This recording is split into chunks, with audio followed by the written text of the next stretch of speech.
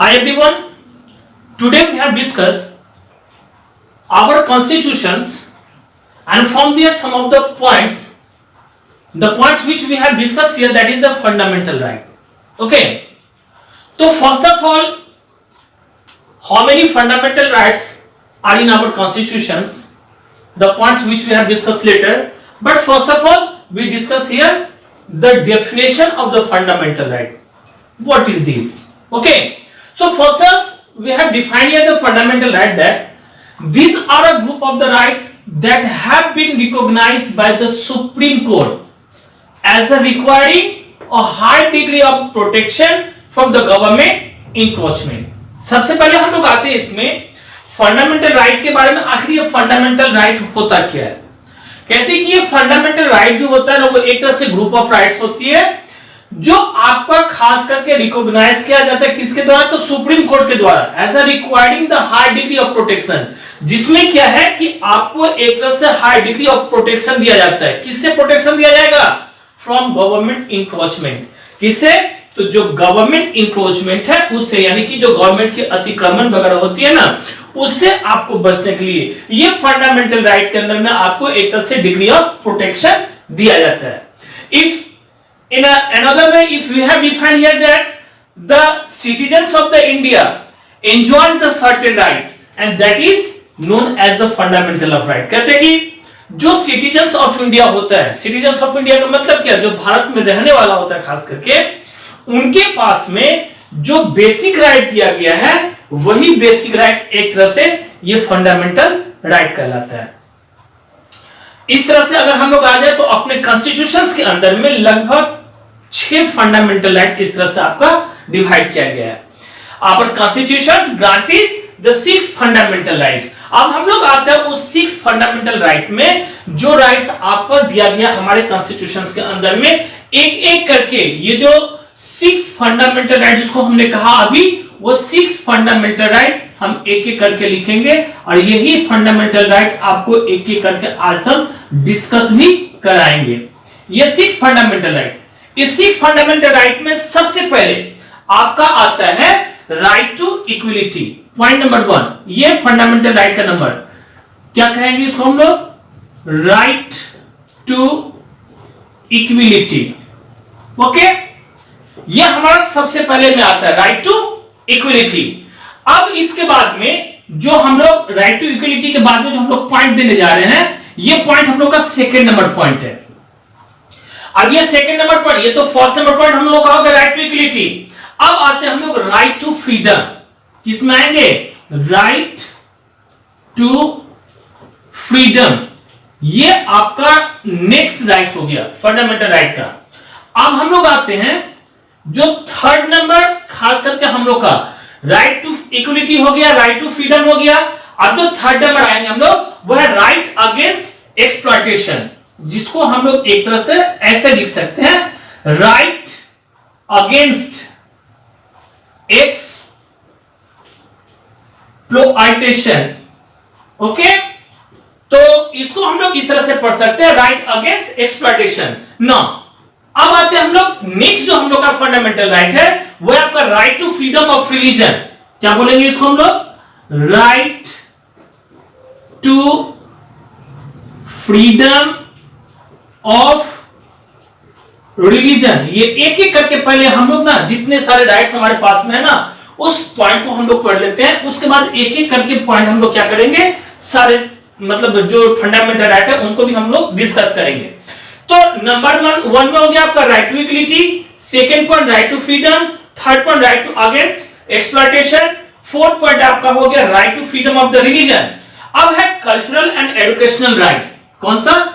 Cultural and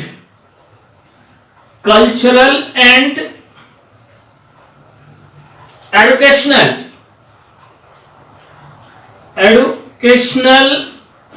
right. ये आपका next point हो गया। इसके बाद जो हम लोग पॉइंट लेंगे, ये हमारा लास्ट पॉइंट है और ये पॉइंट नंबर 6 है, right to constitutional remedies.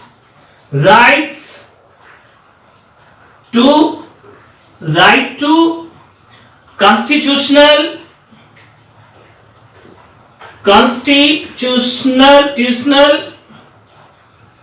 Right to constitutional remedies, ये 6 पॉइंट हमारे पास में दिया गया है और इसी 6 पॉइंट को हम लोग क्या करेंगे, अभी डिस्कस करेंगे एक एक करके, आखिर ये है तो है क्या।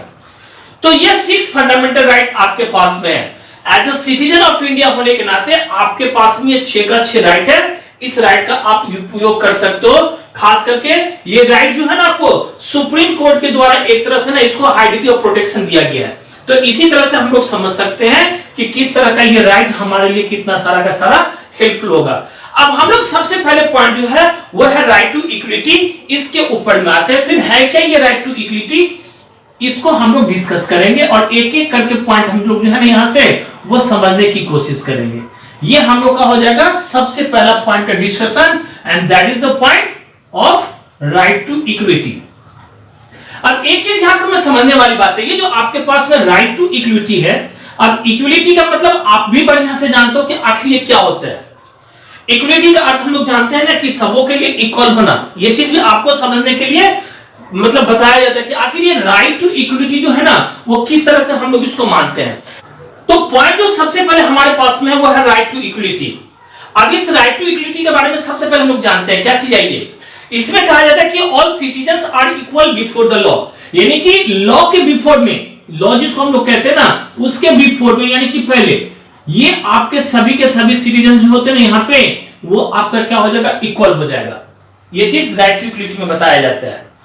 The government shall not discriminate against any individual on the grounds of the religion, race, caste, gender or the place of the birth। और इसमें इतना ही नहीं कहते हैं, खास करके इसमें पॉइंट क्या होता है कि जो गवर्नमेंट होती है ना वो कोई भी डिस्क्रिमिनेशन नहीं ला सकती है। किस किस के लिए, तो खास करके हमारे जो खिलाफ होना चाहिए, अगेंस्ट जो होता है, चाहे वो ग्राउंड्स ऑफ रिलीजन का हो, चाहे वहां पर में ग्राउंड्स ऑफ आपका कास्ट से हो, चाहे ग्राउंड्स ऑफ आपका रेस से हो, और इसके बाद में अगर जेंडर हो या फिर प्लेस ऑफ बर्थ का हो, तो इसके अगेंस्ट में कोई भी ऐसी मतलब रेमेडी जो होती है ना वो डिस्क्रिमिनेशन वगैरह नहीं लाई जाती है। इसके बाद और हम लोग आते हैं the practice of the untouchability. अब ये जो प्रैक्टिस ऑफ अनटचेबिलिटी, अनटचेबिलिटी का मतलब क्या था, पहले हम लोग सुनते थे भेदभाव, छुआछूत जिसको कहा जाता था। मतलब जो खास करके लोअर कास्ट के जो पीपल होते थे ना, उनको जो अपर कास्ट वाले पीपल होते थे वो लोग क्या करते थे, तो उनके टच में नहीं रहना चाहते थे। वो लोग समझते थे कि ना इनके टच में रहने से हम लोग भी उस छुआछूत में पड़ जाएंगे। तो वो जो अनटचेबिलिटी थी ना खास करके, तो वो जो अनटचेबिलिटी थी, वो practice of untouchability has been made the illegal, उसको क्या किया गया, एक तरह से इलीगल बताया गया। इतना ही नहीं, and all the title such as the raja, Rai Bahadur, जितने भी उस समय में टाइटल्स वगैरह थे जिसमें आपका राजा का टाइटल दिया जाता था, राय बहादुर का टाइटल दिया जाता था, and so on have been abolished. जितने सारे टाइटल्स वगैरह थे ये सभी के सभी टाइटल को क्या किया गया, एबोलिश्ड कर दिया गया, मतलब एक तरह से खत्म कर दिया गया था। क्योंकि कॉन्स्टिट्यूशन बनने के बाद में जो सिटीजन्स थे वो सभी इक्वल थे।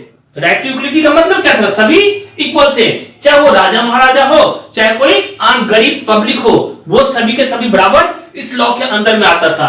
इसीलिए क्या कहा जाता था राइट टू इक्वलिटी में, कि जो भी थे राजा महाराजाओं का जितने भी सारे सरनेम दिया गया था ना, वो सभी के सभी को एबोलिश कर दिया गया था।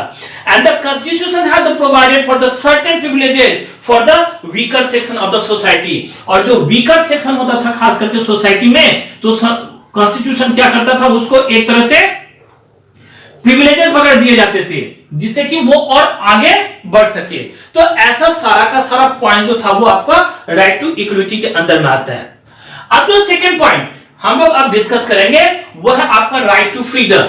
अब इस राइट टू फ्रीडम में अब समझना हम लोगों की किस किस बातों के लिए हमें जो है ना वो आजादी मिलती थी। तो सेकंड पॉइंट जो अब हम लोग डिस्कस करेंगे वो है राइट टू फ्रीडम का। अब राइट टू फ्रीडम में बहुत सारा राइट टू फ्रीडम हमारे पास में दिया गया है। सबसे पहले पॉइंट नंबर 1 में आपका freedom of speech and expression.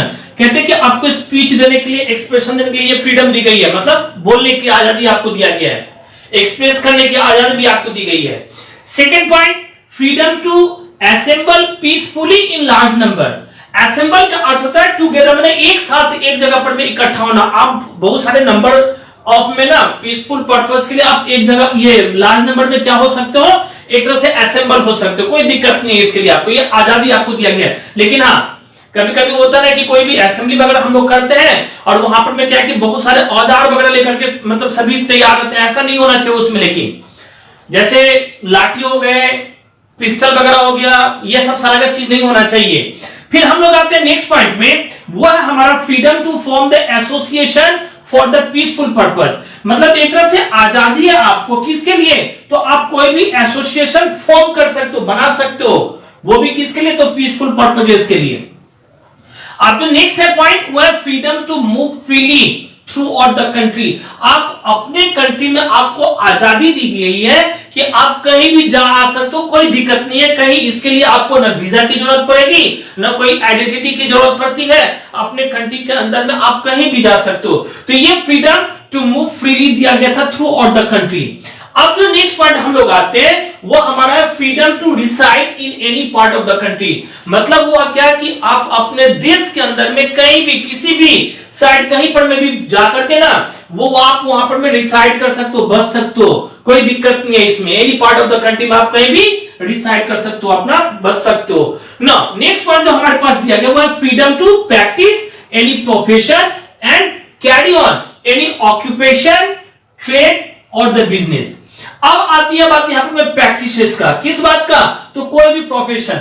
अब प्रोफेशन किससे होता है? जैसे कोई लॉयर है, कोई डॉक्टर है, कोई टीचर है, या आप अपना प्रोफेशन कोई भी कर सकते हो, कोई इसके लिए आपको आजादी दी गई है। और संग में इतना नहीं, अगर आपका कोई ऑक्यूपेशन हो गया उसको आप कैरी कर सकते हो, या कोई ट्रेड वगैरह है उसको आप कैरी कर सकते हो, या फिर बिजनेस है उसको भी आप कैरी कर सकते हो। ये अपने कंट्री के अंदर में आपको जो है ना वो कॉन्स्टिट्यूशंस के थ्रू, यानी कि फंडामेंटल जो राइट है ना, उस राइट में जो राइट टू फ्रीडम है, उसमें ये चीज आपको आजादी दी गई है। और जो लास्ट पॉइंट हम लोग का इसमें दिया गया है, तो free and compulsory education to all children between the 6 and 14 years. अब इसमें ये भी अपने मतलब कॉन्स्टिट्यूशंस के द्वारा ये भी आपको प्रोवाइड किया गया फंडामेंटल राइट में कि फ्री और कंपल्सरी एजुकेशन ये सारे बच्चों के लिए है।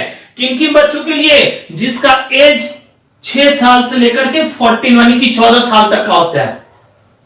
बोलने के लिए तो बहुत सारे ऐसे है ना कि हमको तो नहीं मिला, हमारा मेरा भी तो एज 10 साल का है, 12 साल का ये है वो है, लेकिन हमें कहा मतलब एक तरह से कंपल्सरी एजुकेशन फ्री और ये कंपल्सरी मिलता है। ये सारी की सारी व्यवस्था की गई है हमारे कंट्री में। जितने सारे गवर्नमेंट स्कूल है ना, उसमें आपको फ्री में पढ़ाई होता है। ऐसा बात तो वहां पर आपका कंपल्सरी एजुकेशन मान लिया गया कि जो 6 साल से मतलब ज्यादा और फिर 14 साल के बीच के जो बच्चे होते हैं ना, इन लोगों को फ्री में यहाँ पे एजुकेशन दी जाती है। अब जो अगला पॉइंट आएगा वो है हमारा राइट अगेंस्ट एक्सप्लॉयटेशन का। राइट अगेंस्ट एक्सप्लॉयटेशन, तो basically this rights protects the interest of the women and the children. कहते हैं कि ये इंटरेस्ट ऑफ वुमेन और चिल्ड्रन को ना एक तरह से प्रोटेक्ट करता है, उसको बचाता है, औरतों को और बच्चों को इस राइट्स के अंदर में।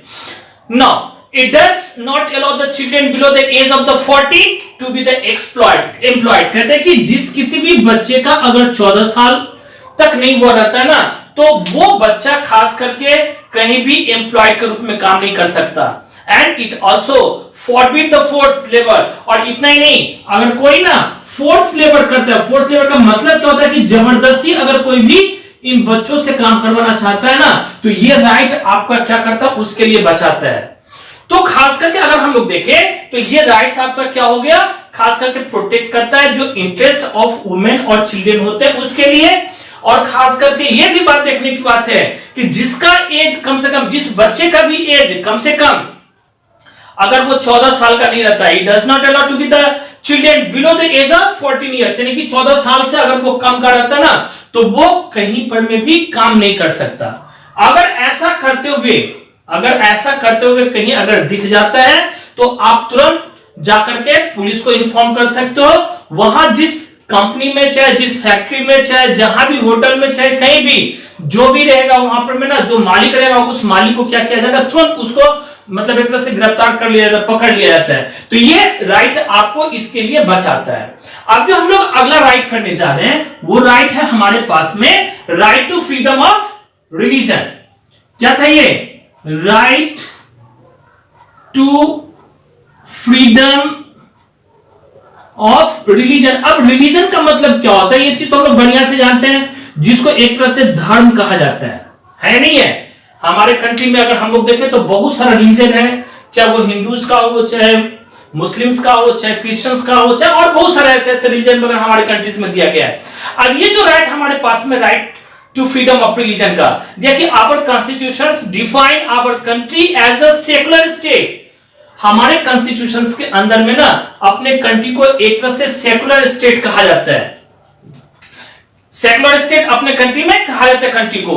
सो इस तरह से कहा जाए कि thus the all the Indians have the freedom to practice speed and promote the other respective religion. तो इसके लिए क्या होता है, जितने भी इंडियंस हैं उनको ना एक तरह से फ्रीडम है, आजादी है कि वो अपने रिलीजन को और स्पीड कर सकता है, चाहे वो जो भी रिलीजन से रिलेटेड हो वो रिलीजन को और आगे बढ़ा सकता है। ये नहीं कि अगर मान लिया किसी का हिंदुज्म है, किसी का अगर मान लिया क्रिश्चियन है तो वो क्रिश्चियन वाले अपने रिलीजन को आगे नहीं बढ़ा सकता, ऐसा नहीं हो सकता है। तो ये right to freedom of a religion के अंदर में पॉइंट आता है। अब हम लोग आते हैं जो हमारे पास में अगला पॉइंट था right to freedom of religion के बाद में, वो था आपका कल्चरल एंड एजुकेशनल राइट का।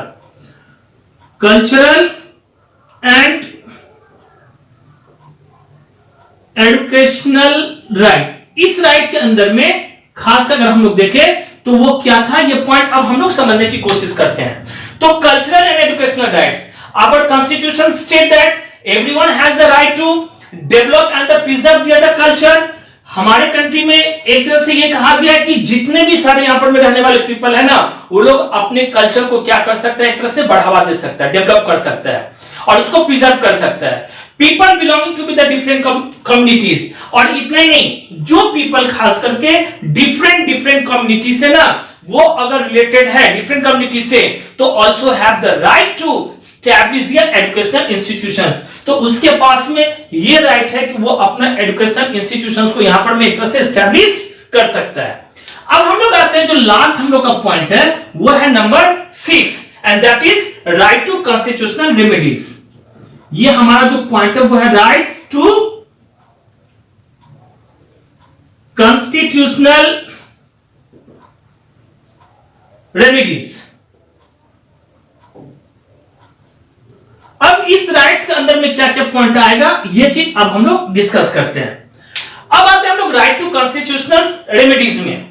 तो basically this rights safeguard our fundamental right. कहते हैं कि ये जो राइट्स है ना वो राइट आपके फंडामेंटल राइट को क्या करता है, एक तरह से सेफगार्ड का काम करता है। And if the government a group or an individual violates any of the our fundamental rights, अगर मान लिया चाहे वो गवर्नमेंट हो चाहे कोई ग्रुप हो, कोई भी अगर हमारे फंडामेंटल राइट को एक तरह से बर्बाद करना चाहता है, उसको अगर वोलाइट्स करना चाहता है, तो we can file a order or the law which violates the fundamental rights of a citizen. तो हम लोग के पास में एक तरह से ये राइट रहता है कि हम लोग क्या कर सकते हैं, उसके खिलाफ जो है ना वो कानूनी कार्रवाई करवा सकते हैं। तो ये राइट आपको क्या है उसके लिए माना जाता है। तो इतना सारा का सारा राइट्स वगैरह जो था ना 6 फंडामेंटल राइट जो हम लोगों ने एक एक करके आज डिस्कस किया, ये सभी के सभी राइट्स आपके पास है, आप इसका यूज कर सकते हो और सही से इसका यूज भी करना हम लोगों के लिए ही ये बनाया गया है। अब फंडामेंटल राइट्स है, फिर इसके बाद में हम लोग जो अगला पॉइंट जो भी होगा, चाहे वो फंडामेंटल ड्यूटीज का हो चाहे जो भी हो, वो भी अब अगले वीडियोस में हम लोग डिस्कस करेंगे। Okay, that's all.